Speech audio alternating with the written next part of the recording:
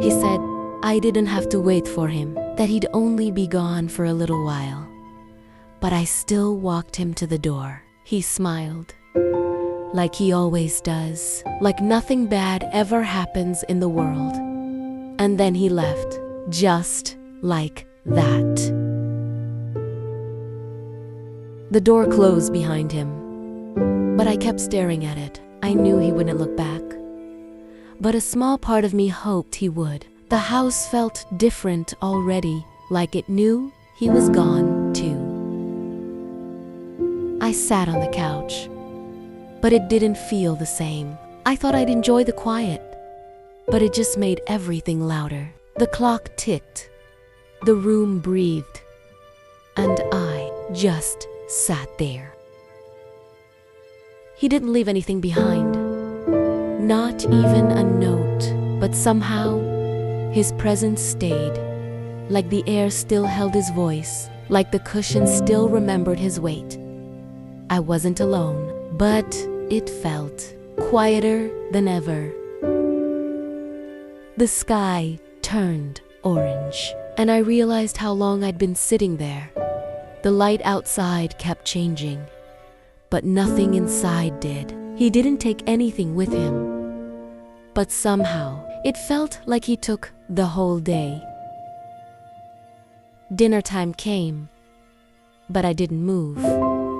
The bowl stayed full. The lights stayed off.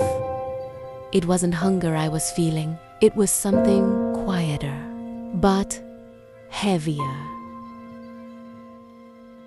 I tried watching something funny, but I wasn't really watching.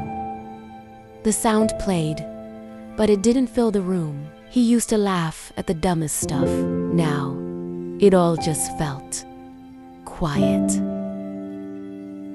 I looked at the door, just to check. I knew he wouldn't be there. But hope doesn't ask permission. It just sits with you, quietly, like a shadow that never leaves. I left the light on, just in case. Maybe he'd come back late. Maybe he'd knock. Maybe I was just pretending. But some lies feel kinder than the truth. Default tek.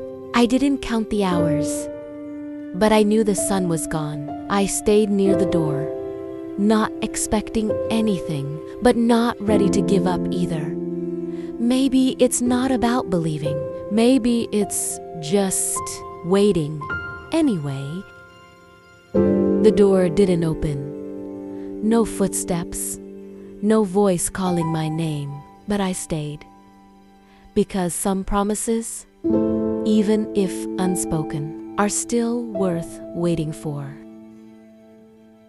Maybe tomorrow, maybe next week, or maybe not at all. But until then, this little space by the door, it's his. And I'll be here, just in case.